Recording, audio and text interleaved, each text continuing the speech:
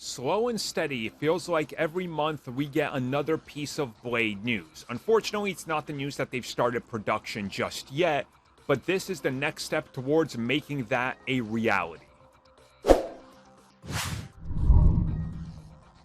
So what we learned recently is that Damian Garcia has been hired as the cinematographer for the upcoming Blade film, and he is also getting the credit of director of photography on IMDb, which again makes sense because that's what you get credited as a cinematographer, just so people don't confuse the two or think that somehow he's, being misrepresented or something, which I've seen a lot of confusion in regards to. Now, for those wondering, this cinematographer specifically does have a pretty extensive knowledge already in regards to, working on some pretty big hits, considering that he's worked on Narcos Mexico, which again, that's a pretty popular series that's gotten plenty of good buzz. And along with that, he is the cinematographer in 3 upcoming episodes of Season 1 of Andor, being Episode 7, Episode 11, and Episode 12, meaning the 2 final ones, which a lot of people are excited for because naturally it's the ending of the season.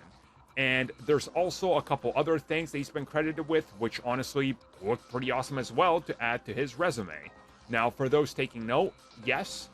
this is a Mexican cinematographer, and many people believe that this is done in sort of a way that they can bring in representation, maybe something like Werewolf by Night, for example, or something along those lines, if they choose to go the more Skinwalker route or whatever, or use specific elements of,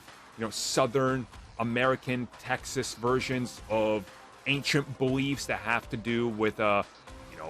various other supernatural elements. So look into it if you want. There's a whole lot of supernatural creatures that I don't want to cover right now because we could literally be here for hours with me talking about the stuff I love. So I don't want to trail too much off, but this kind of makes sense to me that you're bringing in a variety of different voices and people that represent different things from around the world for Blade, because as far as we can see,